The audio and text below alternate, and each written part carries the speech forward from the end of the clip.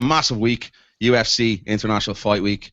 Loads going on in the world. Lots of things that we're not too happy about that are going on. Obviously, Jon Jones being pulled from the cards due to USADA violation. Loads to talk about. Joseph Duffy's win last night. The new replacement, Anderson the Spider Silva.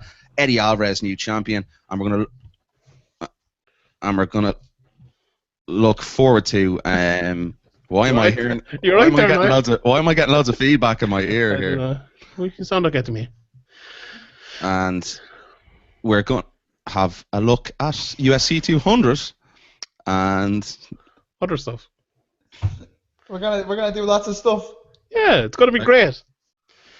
Are you lads not getting feedback? No, just you. Okay. Just you. The only one that actually has real equipment in his fucking house, and he's the one with feedback. Yeah, I don't know. I don't know what's going on. So let's just launch into the fucking thing. What's going on?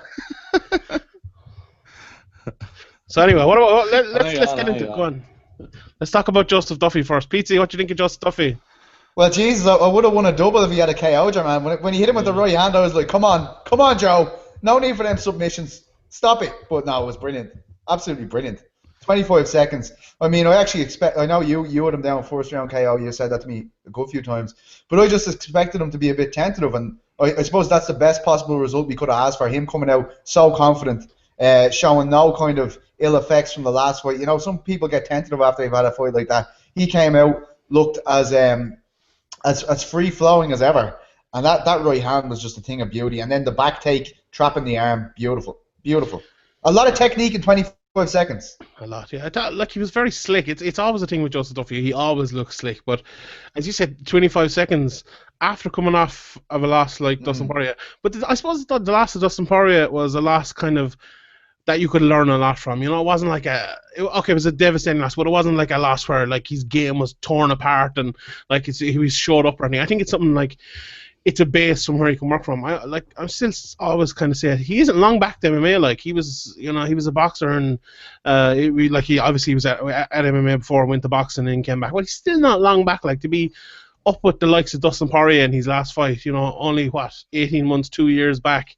I think that he needs a little bit more building. I thought last night was just such a slick performance. I watched it again there this morning. That right hand, like you could see straight away, you knew he had his game return. You knew himself, Firas Sahabi, and all those coaches at TriStar. They obviously knew that counter right hand was going to be there. When he knocked him down, he, as you said, went straight on him. A lot of people in that situation, they maybe panic a little bit, try to finish him with ground and pound and stuff. But the way he was just so calm, took the back and choked him out was just brilliant. I'm back, lad. Sorry about that. I don't know what happened there. Yeah, no, I sorted it out. I figured it out. But, Petesy, what do you think of his performance last night? Obviously, he was, as Sean mentioned there, absolutely clinical. Did exactly what he needed to do. Where do you think it stemmed from? Was it a little bit of time off? Did that really play into the equation and help for Joe? Because, we spoke to him last week, and he seemed to think that time off was really essential in refocusing himself to get the job done. Yeah, there's a few different things that played into the Poirier fight as well. As he said to me, when he was getting into them exchanges, usually we know he's such a slick mover. He can use his footwork to get over a lot of situations when it comes to striking exchanges. But he said when he got hit there and he knew he was hit, he wanted to stay in the pocket just to show everyone that I'm not affected by this concussion. This concussion hasn't thrown me out. And he said that kind of stuff probably cost me the fight. Looking back on it, getting into these wars that he probably didn't need to be in. So I mean that was much more of a Joe Duffy performance last night. And I think what Sean said, I only said this a couple of weeks ago on the podcast as well, Sean. If he had a bet Poirier that night, he would have been fed to one of the top 5 guys in that division. Yeah. They were going to constantly just keep pushing him until he got up into that McGregor fight. So I like that kind of, he's out of his shadow now because Nate after beating him, and I think that's the best thing in the world for him. I think a lovely thing we saw last night as well was, Dustin Poirier coming up in the crowd afterwards. I don't know if you lads saw that and he gave him a hug. I thought it was pretty nice gesture from Dustin. Did you notice he did his 30 seconds of being an absolute gangster after he finished the fight? Yeah. Like I always say, he turns into fucking P. Diddy after he beats lads, just balling around the place like Jay-Z or some shit. Absolutely class performance from Joseph. What's next for Joseph? That's a question I'm sort of looking at myself now. If you look at Mitch Clark is coming off that performance. Did he beat Ali Quinta, wasn't it? Yeah, choked him. And then he lost last time. Lost the decision then to Michael Chiesa. Yeah, would that be a decent matchup for Joe now? Someone like Michael Chiesa, because obviously Chiesa was supposed to be fighting against Tony Ferguson next Wednesday. Is that the lines we're looking at for Joseph, or maybe a little bit of slower progression? I think a little bit slower. Yeah, like he already got that Dustin Poirier fight, that big fight. I think Dustin Poirier and Chiesa are around the same at the moment. I think Duffy needs maybe 2 more before he's getting pushed back into that.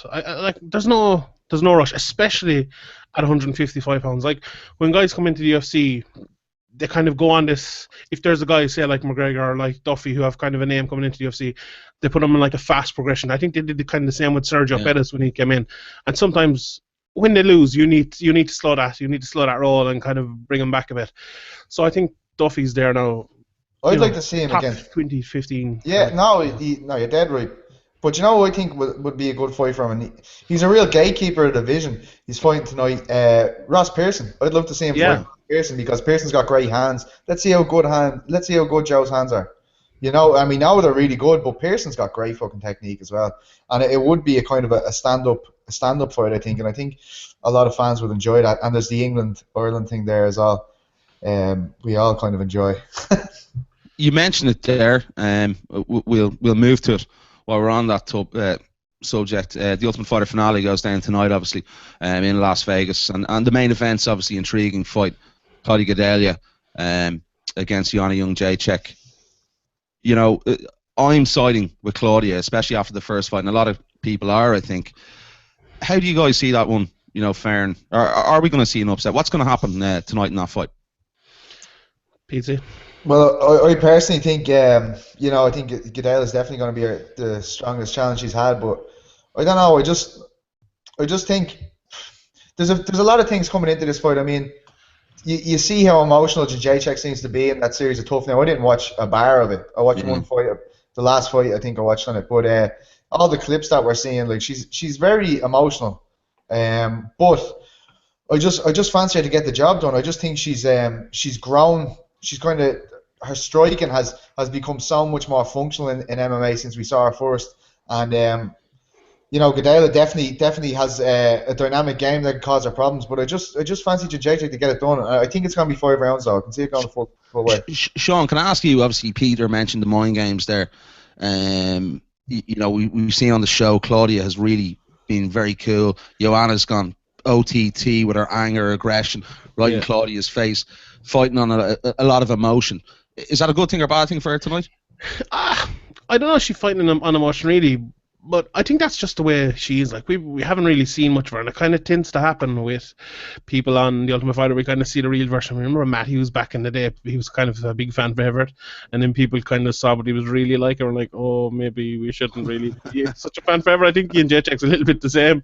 She I watched the whole season. I have to admit it, but Gadelha kind of came off as really likable, and Jędrzejczyk came off as like this bully and just like a bad kind of person, and it was weird. But on the fight itself, I've only seen a few of the clips on YouTube now. I haven't seen. It wasn't a bad season, but it's the same thing. I've heard people saying it was literally the worst season ever. No, it definitely wasn't. It was no TUF China. No, it was no fucking Roy Nelson and. Is it Roy Nelson and Shane Carman? Remember that season? No, I don't. It was awful. Yeah. A fella once me and Graham were standing at the open workouts in Vegas, and this random this journalist just turns around to us. I'll never forget it. He just goes, "Hey guys, you watching TUF China?" We're like, not a fucking hope, man. There was like a ballerina in the TUF China. Yeah. You remember that? And he got thrown out because he just couldn't fight. He'd loads of like flips. I just want to dance, you fuck. Just dancing in the middle of it. Put him in with Artem Lava. See how good Fuck that.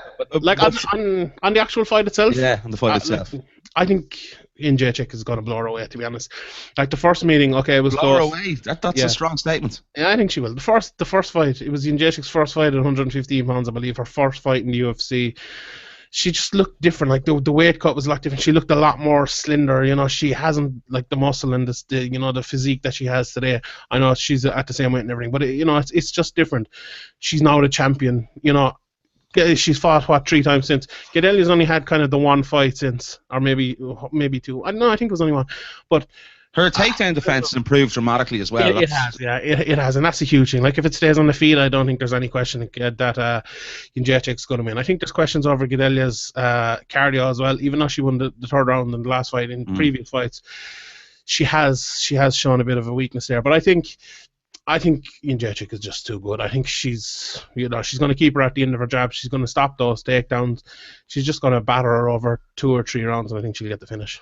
It's going to be an interesting one. I'm actually going to side. I'm going to side with Claudia. I think, in that first fight, I know it's a long time ago, but you look at that 3rd round you mentioned. I know she's been criticised for her cardio in the past, but she was very strong in that 3rd and final round in the last fight. And I think if she lands a takedown, it could be a long night for Joanna. But Peter, what's your fight pick? You are going to go with obviously Joanna. Jędrzejczyk decision. Decision, yeah. I think it's going to go a long way. Okay, let's move back a little bit. The big news this week, Mr. Jon Jones. What happened? Whoa, what happened? He's fighting DC on Saturday, isn't he? Hey! I tell you what, I nearly shit myself. The one thing, and I mentioned on my Twitter feed yesterday, what frustrates me is the process and how long. Shut up, you cheeky junkie. Look at him. The thing that frustrates me a little bit is the process and how long these samples take to get tested.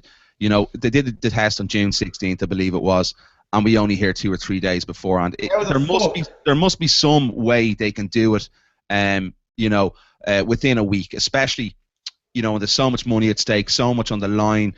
It obviously caused a huge amount of headaches for the UFC with the promotional, advertising, everything into consideration. Get a new opponent, which is Anderson Silva, for Daniel Cormier.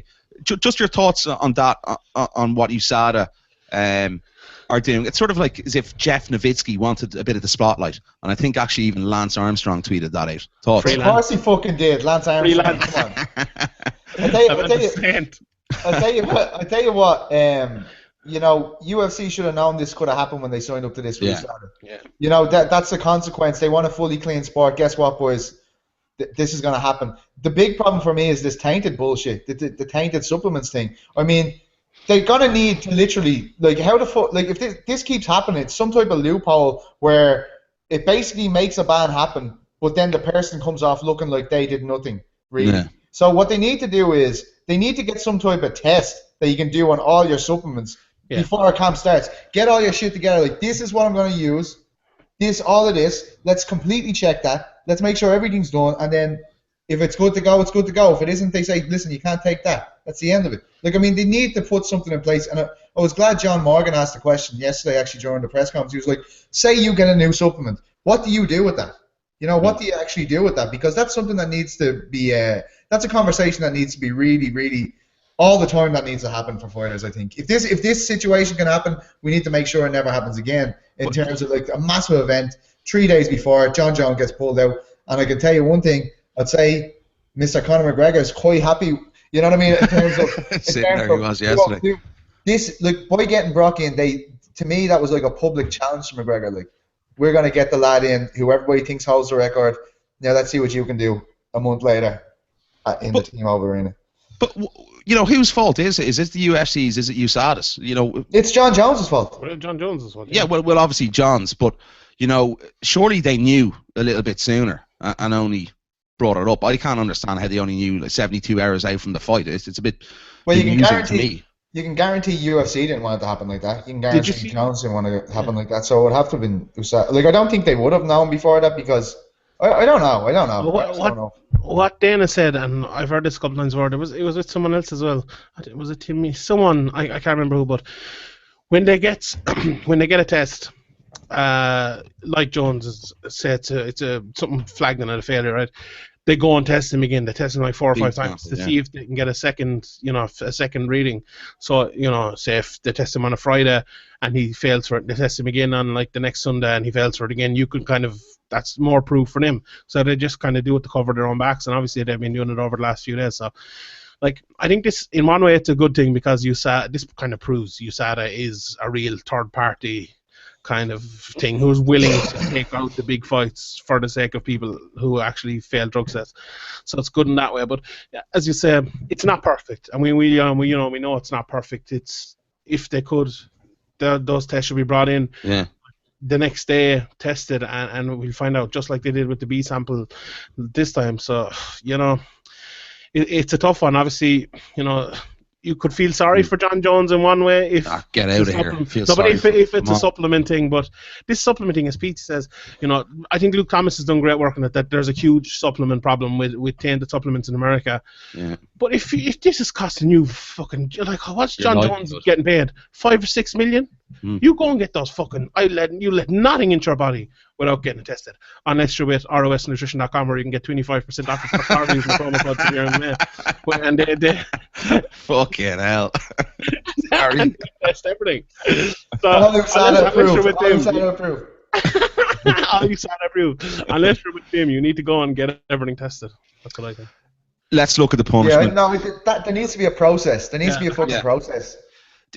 Yeah, exactly. You mentioned process there, Petesy, and the timeline, as we've been touched on there. Again, I've used that word. Sorry about that.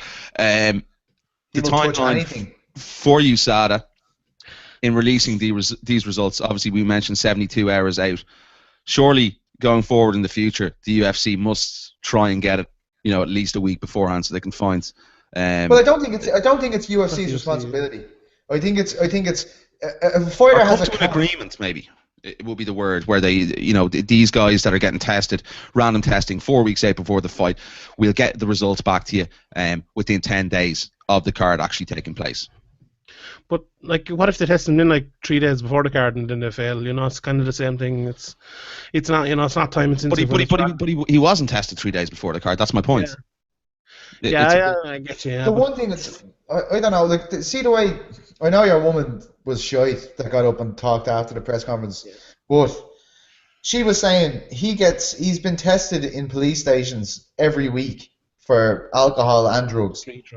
Surely someone can go back here and have a look at what's going on. Like, I know it's too short notice to do it now, but in his situation especially, like, I mean, surely if illegal drugs were what he's being tested for, steroids would have came up. Like, different types of steroids would have came up. But it mightn't be like illegal. Say if it's testosterone, that's not illegal. Like, you can just go to your doctor and get it. Yeah, so sure. It could be something like that. Well, no, but he said it was a chemical that he can't even pronounce. Yeah. So surely. But again, that's in the supplement industry. Did you ever look at the back of them things? It's about 1,000 different fucking ones of them yolks on the back side. What's going to happen with Jon Jones now as well? That's it's not the first time, it's not the second time, it's the third time that something like this has gone down. I know it was the cocaine incident's different. It was out of testing. Is he going to be getting a 2-year ban? Do we have to wait and learn what the actual substance he consumed was first? Yeah, I think we have to wait, but I think he's a good man there in his backroom team, Malkikawa. Yeah. He's already dealt with this with Yoel Romero. He knows how to get someone off if or get someone. What? Sorry, what? Sorry, get someone correctly exonerated. Thank you for those tainted supplements. Yeah, he knows how to do that. But like the thing with Yoel Romero was like, we know that he just looks like a more natural athlete than Jon Jones. So I mean, I wasn't surprised, but that Cuban beef, some stuff that is. But like I'd be surprised if he gets the 2 years. But what it takes away. Like, I mean, I don't want to see Jon Jones banned. Like, obviously if he's juicing, I do. But I mean, it's so frustrating. 2 years. It's so frustrating to see a guy just throw it all, all away. It's a lot like, we'll do a soccer comparison here. Georgie Best, something like that, thrown in your career where you've so many chances and you just do it time and time and time again. I don't think Jon Jones is a very nice person. I think, we've talked to a lot of fighters, and I'm not going to name who, whatever. Speculation. A lot of people aren't too high on Mr. Jones as a person, as an individual, as a human being. He's a close friend of mine, though, so I don't want to talk about that. Me and Jonesy, we get on very well, and it's very hard for me to speak about him like this. Doing narcotics down in Albuquerque. It's fucking Petesy's fault. For fuck's sake. You walked into that one, Petesy, in fairness. But, do you think the UFC should suspend him? You know, well, I mean, in fucking 2 years is 2 years. Like, you know, we don't need to suspend him if he gets that. You know. Yeah. No, but just because Dana's pissed off. I think Dana's really pissed off. I think you could tell that from the press conference when he was like, "Oh, I've spoke loads with Daniel Cormier. I've been with Daniel Cormier loads, and I haven't spoken to Jon Jones." Oh, you can understand why he's pissed off, though. Like, I fully understand that. Like, I mean, this is meant to be the greatest event in the history of the promotion, and then Jonesy, as I call him, my friend. You know, this happened to him. This terrible situation. Like, I honestly, I don't know what's going on, but I actually feel like, as a fan of the sport, as a person who loves, you know, these athletes and knows what they put into it, and to see Jones now sidelined again for potentially 2 years is just it's a shame for the sport. It's just a real shame. Yeah, like I said it there on Twitter the other day. Like, he's turned from arguably the greatest fighter of all time, kind of into a cautionary tale, like a poster boy for what can happen to you if you do everything wrong. Like, and it's sad to see, and I think he kind of realized that there, sitting on that dais the other day, kind of crying. He's like, "This is what I am now," and you know, it's sad to see. Obviously, it's his own fault and stuff, but you never like to see it happen to anyone. And like, from going forward, I think, like, can you even put him in a main event anymore? Like, when he comes back, you know. Can you trust him to not get in a car crash, or to not, fail a test, or to not go off the rails? Can you? I don't think you can. I think if he gets, you know, if it's a supplement thing and he comes back in 3 months or 6 months or whatever, or if, you know, I don't think you can give him Daniel Cormier straight away. I think you have to give him another fight, you know. And even going forward, I think they're going to be a little bit wary about it. You know, it's a pity, because he's the best. You know, he's the best fighter in the world, and definitely. You know, it's sad. Yeah.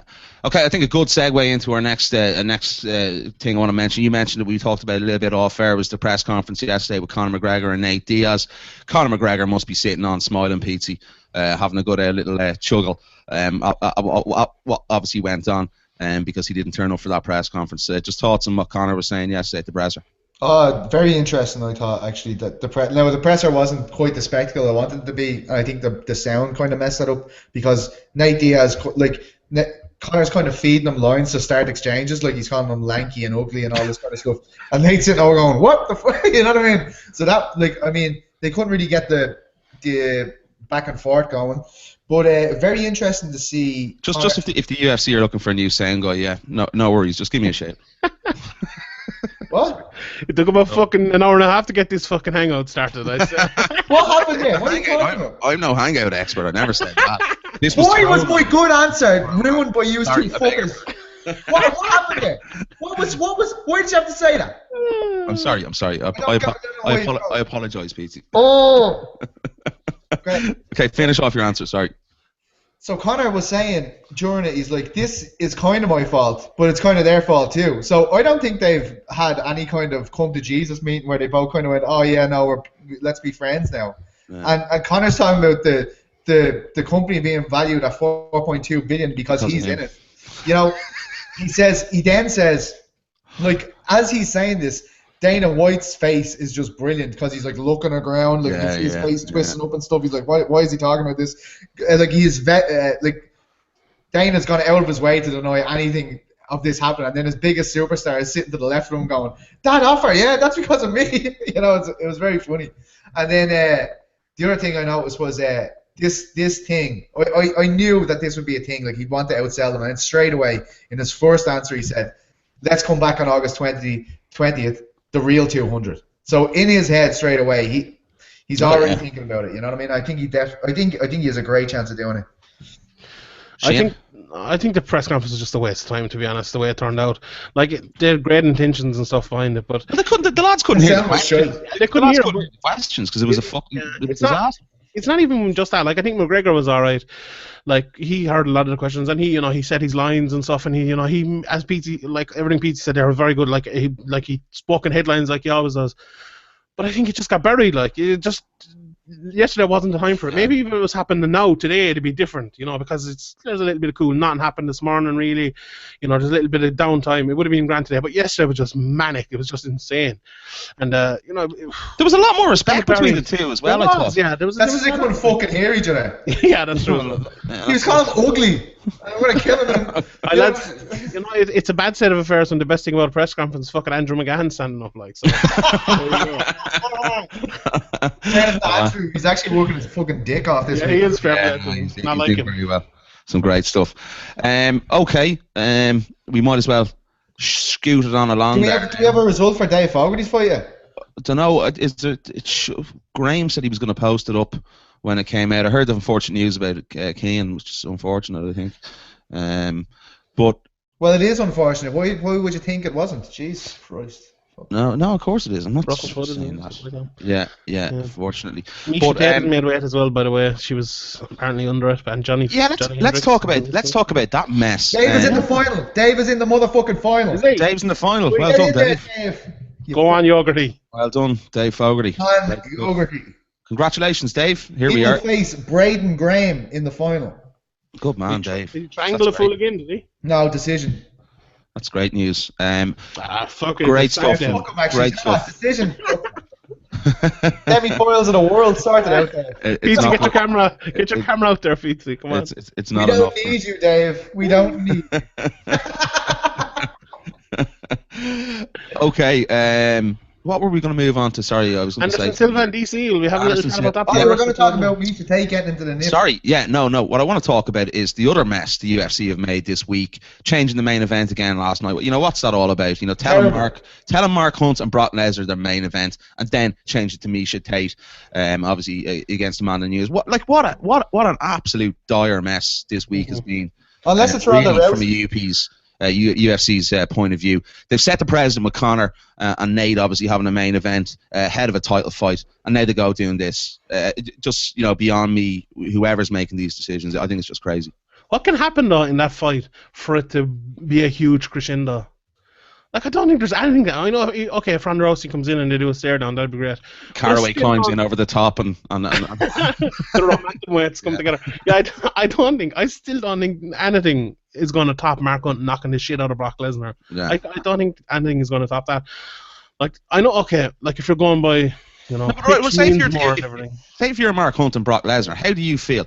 Probably the biggest stage, he's told 24 hours beforehand, he's main event, biggest platform of his career, a guy who's come from all the way up, was nearly paid off his UFC contract, and then they go do that to him. I think it's just bad form, to be honest. To be honest, if it was someone else in that situation, I definitely agree with you, but I don't think Mark Hunt gives a shit, and I don't think Brock Lesnar gives a shit either. It's just the way they are, but I think your point is definitely, most people would care about that, but I think for the fans and stuff, it's just weird, like... Do you think they're trying to, is this a PR thing? Are they trying to pass it off as going well, look, UFC, biggest stage in the world, we put the women's bantamweight title as the main event. It's better than, who's the main event? Who's filling in for the guy who tests positive for steroids 3 days before? Yeah. It's like the Reebok PR team are in charge of the UFC. But it's like a mess after. Be honest. The only way you ever saw a women's bantamweight championship fight headlining this card was if it was Ronda Rousey. Yeah, and Hollywood probably, yeah. Of course. But any combination with Ronda Rousey kind of makes sense.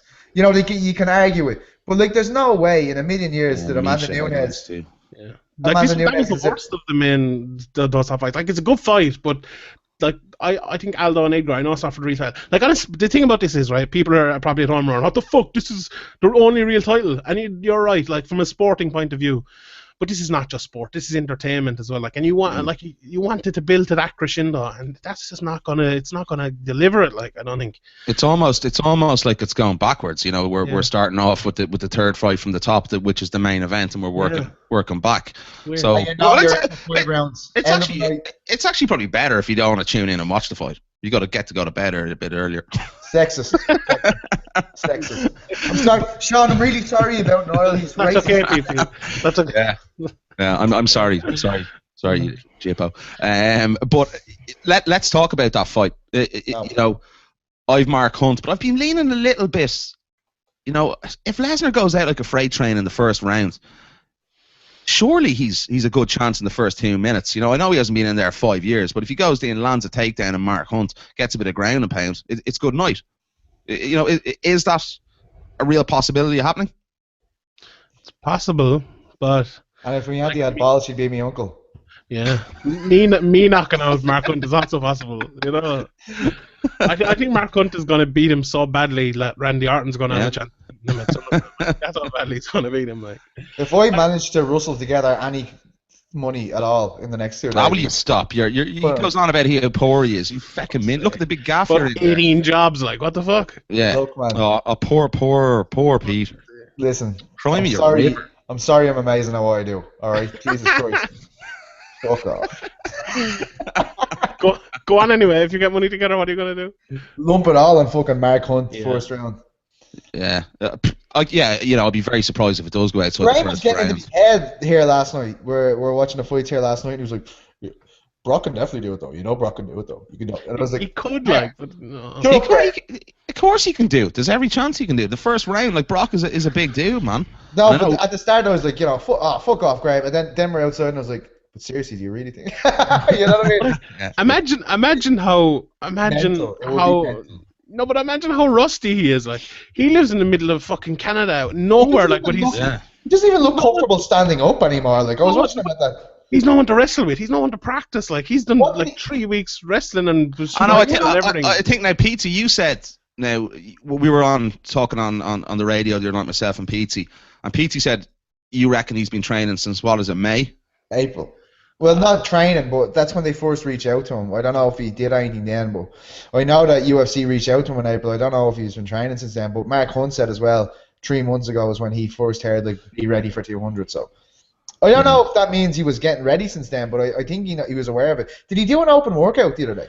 No, Brock didn't do one. He just did did a Q&A. He did a Q&A, I think, with Megan O'Leary or something. If you get offended when a journalist asks you as a fighter how many sparring rounds you're doing in preparation for a fight, if you don't do an open workout, why would you not do these things? Because you're afraid of everyone saying, "Oh, Jesus Christ, he can't fight at all." Yeah. Dad, Mark Hunt, Mickey Gall, first round KOs, double. Do that. There you go. Free money there. That is. Yeah, there's a few good juicy prices this weekend, I think, on some fights that are definitely worth a little punt. Okay, so we're all going, I think, with Mark Hunt to win the fight on Saturday night, first round. Yeah. Peter. Yeah. 100%. Okay. This will be brought to you. Anderson Silva is obviously stepping in for Who? He's normal. Who is he? Who's Anderson? Who is this Anderson Silva? Anderson's obviously stepping in for Johnny Bones Jones to take on Daniel Cormier. I think this is crazy. I would have preferred to see obviously Edgar get the fight. I thought it would be a much more. I'm delighted that. Easy now. I'm delighted that Silva slightly made me excited. Like, oh my god! Well, I think he's gonna get beaten, but I think he's gonna get absolutely starched. He's gonna get run over. The thing that I heard Mark Raimondi talk about was like he only had a gallbladder surgery, did he? Yeah. So I mean, Mark Raimondi saying he can't move for 3 weeks after he has the surgery, and be great. Anderson Silva's going to fight 5 weeks after he has his. He knows how to fight, Petesy. Come on, he's been fighting all his life. So what does he want to train for? That's bullshit. Don't be so ridiculous. No training. But yeah, I can't understand this one for Silva taking it. As he said, obviously he's going to get handsomely rewarded with some lot of wedge in his pocket. It's a massive dick move, was what it is. You have to have a giant phallus to be doing that kind of stuff. Mm-hmm. Yeah, no, that's what I mean. He's serious balls going against a fully trained Cormier on a full camp as well, which is fucking crazy. I can only see this going one way. I think he's going to get absolutely owned and destroyed within 2 rounds. Yeah, I agree. Like, it's good. I was talking, I don't know to who, someone maybe on Twitter. You need something special if you're going to replace Jones. And I thought that, okay, it could be Miocic, make it a heavyweight title fight. Could be Bisping, make it a light heavyweight title fight, champion against champion. Or the only other thing I think was Anderson Silva. I think this is good for the fans. It's a cool matchup. I don't think anyone's going to give Anderson Silva much of a chance here. Now, he could front kick him to the face. He could, he could do something. He could, like Anderson Silva is mad. He could do something, but I think everyone kind of thinks Daniel Cormier is going to tie him up, maybe test that chin and knock him out. But like, I like it. I'm glad that Daniel Cormier is getting paid. He put in a a long camp. This is the 4th time that Jon Jones fight has been promoted, and it's only happened once. So like, I'm glad that how much did that cost him for all those camps, and different things falling through. So I'm glad, this is happening for him. And it's an okay fight. You need something special to do it UFC 200, and I think it's going to be special. When that Ain't No Sunshine music hits, I think people are going to kind of forget about everything else. And it's going to be cool. Your thoughts? I think Anderson Silva is going to spinning elbow him in his temple in the first exchange. I'm going to win because he's the greatest of all time, and Agreed. That's how I feel about that. I don't want to talk about any possibilities of anything else happening, so that's it. Yeah, okay. Just the card as a whole. Then now, what's the interest levels? Do you feel? It's funny this because everyone, like last week I was saying to you, like, there's so many good fights in this, I'm going to be exhausted by the end of it. One fella gets moved from the card, and I'm like, for fuck, the whole card is fucked. Do you know what I mean? Like, everyone's reaction. That's funny. Like, I mean, I was literally like, there's so much shit going on here. Like, you can't even focus because there's so many mad fights. There's literally fights disappearing. You can't even remember what they were. And you go, oh my god, that's on it as well. And then one guy goes missing, and everyone's like, it's fucked. Yeah. And it certainly isn't. But I just think 5-rounder Misha Tate after Brock Lesnar and a Mark Hunt circus is going to be hard. It's going to be hard to do that for a lot of viewers. Yeah, it's putting literally a stranglehold on it, I feel. Sage Northcutt versus Enrique Marin is all I want to see anyway. Yeah, well, I mean... Oh, that's super, sir. Thank you, sir. Super, thank you. Don't upset Sage. That could hurt him if he heard that. Man. I like Sage. I'm not joking. That was Niall, you're offensive. Please. Please stop. No, but in all seriousness... Sage, Aldo, I do not like you. I can't wait for him. Have you ever met Sage? Sage is the most happy, beautiful man in the world. Yeah, we know you love him, like. And he looks like he's your man crush. He's your wonder boy. He's been carved out of a fine mahogany. No, get out of here, called me sir the whole time we were talking to each other. Maybe sir. Thank you, sir.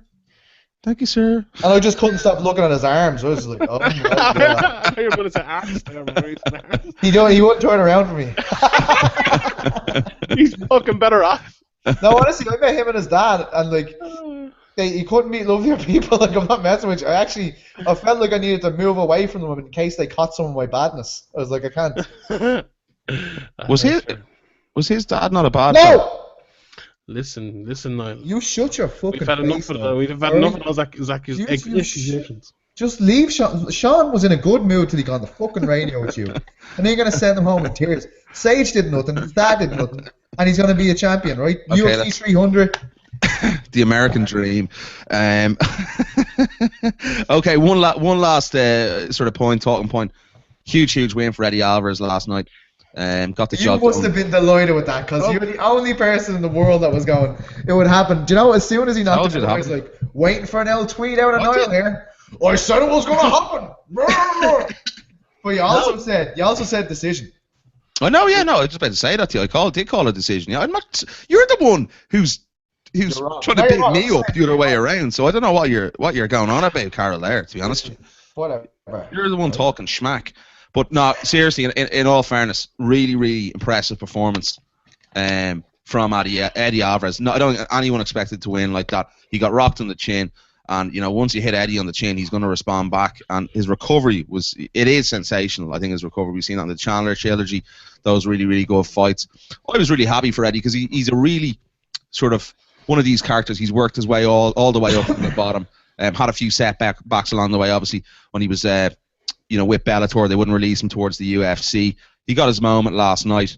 Can he hold on to this title for a while? First of all, your thoughts on the performance. Fantastic. Definitely can hold on to the title. Habib or Tony Ferguson will beat him in his next fight. You mean Conor McGregor? Conor McGregor probably. You're gonna wash your mouth out. Yeah, last night was a great performance. Dos Anjos obviously came into the fight looking a bit. He didn't look as superhuman as he looked in previous fights, shall we say? What's that mean? What's that mean? Elaborate on that. He just didn't look as, he just didn't look as together as he did, It was a new haircut. He got his haircut. New haircut, I think it might have been, yeah. And got caught with that right hand, and he just turned into Bambi. And I thought Eddie Alvarez had fucked it up when he threw that flying knee, but Dos Anjos was just fucked up. And yeah, same here. When he got side control, I was like, you fucked it. You fucked it, man. It was the Bruce Grobbler legs. It was. What's next for him now? Is it going to be that fight? Possibly Tony Ferguson wins impressively on Wednesday night. Is he going to get the shot next? Is it going to be Khabib? How do you see this? After Will Brooks wins tonight, it's going to be the Bellator takeover. Rubbish. Absolute rubbish. I've never heard such absolute garbage. Bellator takeover UFC's lightweight division. Never heard such rubbish in my life. Seriously. What do you think? I think Khabib. I think it's Khabib's time. They have to give it to him. Not Mr. Ferguson. Nah, Khabib. Okay. Maybe Tony Ferguson. Like it's a tough call. It's going to be one or two of them. But I think Khabib is going to be just coming into the perfect time. Obviously, Ferguson's fighting in 6 days' time, so yeah. He is as well. So what I just said there was bullshit. But yeah, I actually made I made a bet with Graham that Tony Ferguson will be UFC lightweight champion by the end of the year. €50. So Graham, if you're listening, get your money ready. Get your money ready. No, it was serious. I've been saying that a long time. Tony's going to be champ, and I think he will by the end of the year. I'm convinced. You're like, this kind of came good for you now because I do think he can beat Alvarez, but I don't think he could beat. I think that's well, I don't know. Khabib. Daniels that turned up last night. He might beat alright, but fuck off, Carl. He's in Khabib.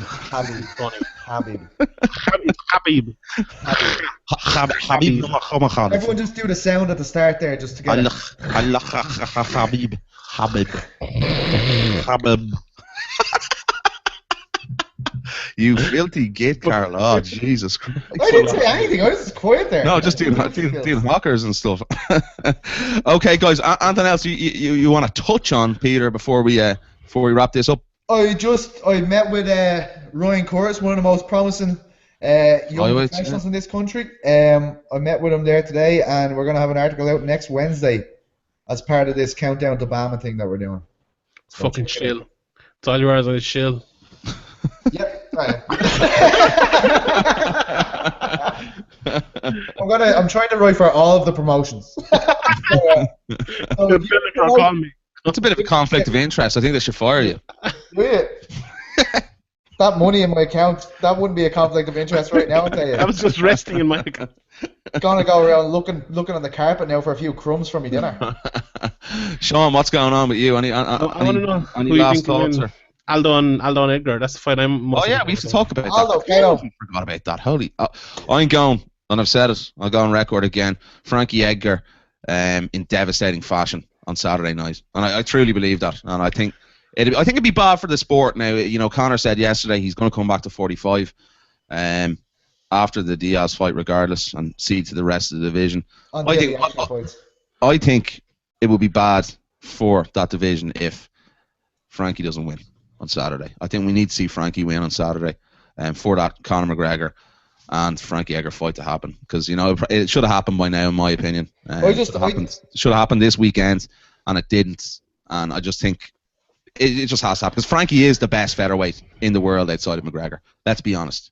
I don't think so. I think unless Aldo's totally shot, I think he'll beat Edgar handily enough. Like I watched that. I mean, he could be shot. And then Edgar will win.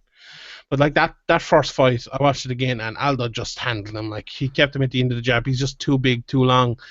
You know, he's just Edgar has improved, but he's not improved as much as people think. Like he's fighting guys that aren't as good, you know, as the McGregors, as the Aldos. So he's going to obviously look a little bit better. But obviously Frankie has a chance. Like you don't know how Aldo's going to come back and look. Well, Frankie's gone in. Frankie's favourite with the bookmakers. He's 5-6. Yeah, he's not favouring me though. I don't know. If Aldo's 90% of what he used to be, I think he'll win. No, the reason why I'm going with how's Frankie going to beat him? He's going to knock him out. He's a small little T-Rex arm. So look at what he did against. Look what he did against Chad Mendes. Even knows Mendes' chin is gone. Yeah, well, Jose's chin could be gone as well, and momentum is a huge factor going into this. And it's going to be interesting to see how Jose bounces back.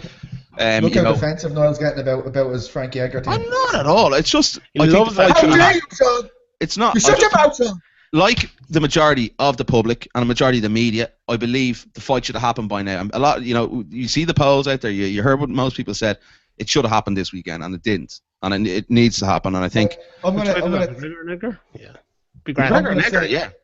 I'm gonna say the reason why I'm picking out Frankie is not. And Sean makes a good point. Frankie hasn't, like, you know, he has great momentum. He hasn't, like, he hasn't become this new guy or anything. No. But I do think that Aldo is not the same guy anymore. Maybe, I think last year completely fucked him.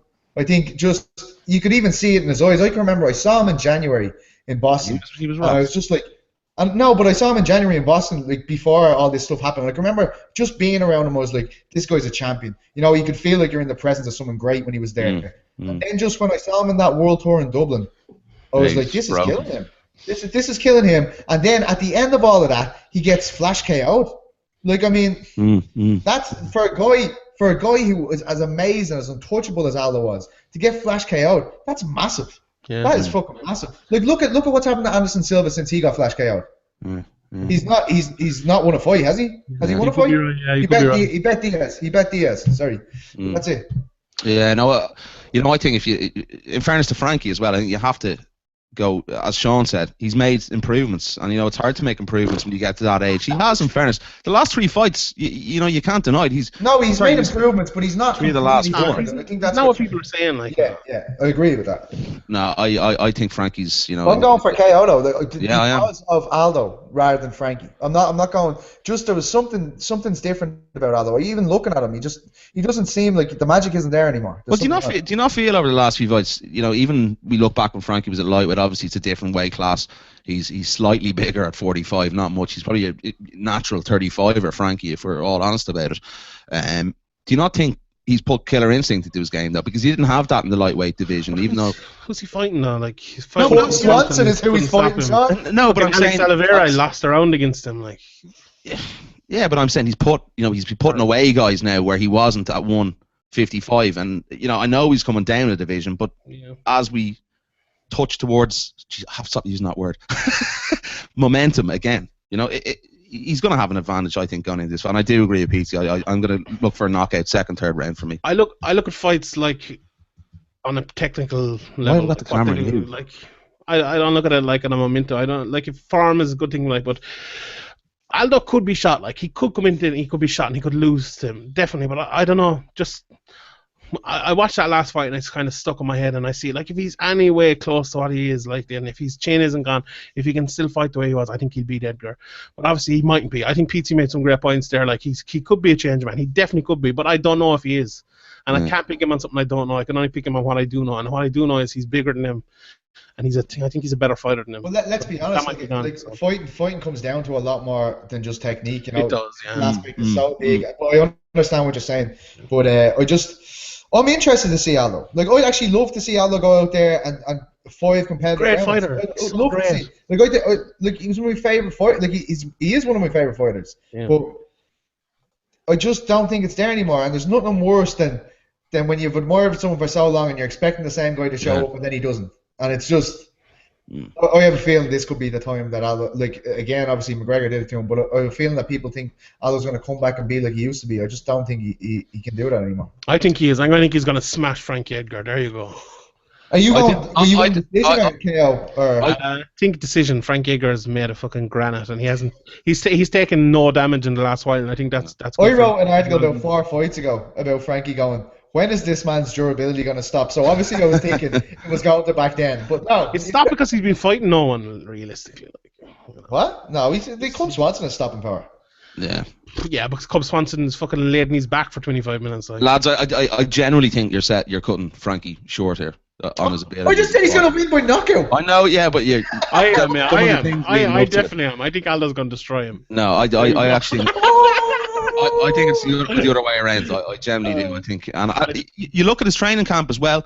Look how upset Niall gets. I'm not getting upset. You're such a little shitbag. Look at him there laughing. I'm not. He's winding me up, trying to make me think like that. Can you see the you're planting seeds in my head, Mr. Carl, and it's not working, right? So I'm not going to fall for it. You do it on the podcast every week, and I don't fall for it. So I'm hardly going to fall for it now. This is a freak out. This is a meltdown. Freak out. Bloody junkie. I should cut you off right here now. Right, lads, let's go. Let's wrap it up. I have to go. No, but one more point before we get out of here. Go on. Edson Barbosa, he's been working very, very close with Edson Barbosa. Who's he been working with? And Edson, I think, obviously, with those vicious leg kicks, quite similar to what Jose throws. And, I think he's ultra prepared for this fight. And Frankie's going to win it in devastating fashion. You heard it here first. I'll grab him. Bets on, Shane. Bets on. I'll bet you a $5. Oh! Forget your fiver, will you? Some real money on the line. No. I couldn't actually even do the fiver. My friends and new colleagues from SphereMMA.com, it's been an absolute pleasure chatting and catching up this evening, talking about the fights.